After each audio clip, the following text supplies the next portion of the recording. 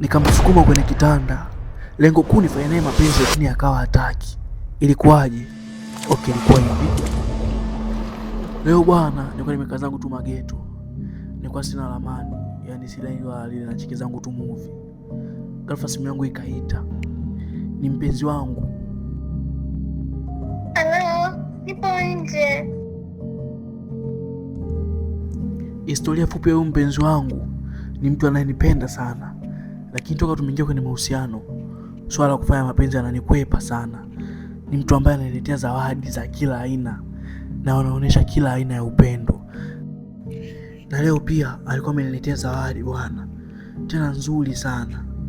Akaniambia ni ya kwangu. Nilimkumbatia nikafurahi sana. Nikafungua ni Jordan bwana, tena Jordan toleo jipya. Nilifurahi sana kwa sababu hata hiyo box alovaa amenunulia yeye. Lakini sikuchelewesha, nikamwambia, kwa hiyo vipi, twende chumbani basi. Akawa kama anafikiria, lakini akasema sawa. Tukaenda. Nilifurahi sana, nilihisi kwa sababu leo ameniletea Jordan, basi pia atakubali nifanye naye mapenzi.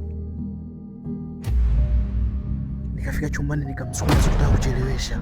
Nikaanza kidogo tu, hataki kidogo tu basi, hata kichwa akawa hataki, akanisukuma. Alinitoa kwenye mudi, ikabidi tu nimwambie, vipi, mbona hivyo? Yaani umeniletea kabisa hadi Jordan, lakini hutaki kufanya mapenzi, nini shida?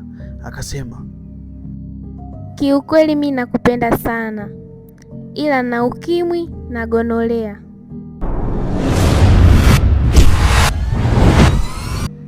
Nilishangaa sana. By the way, ungekuwa wewe ungefanya nini? Drop on comment.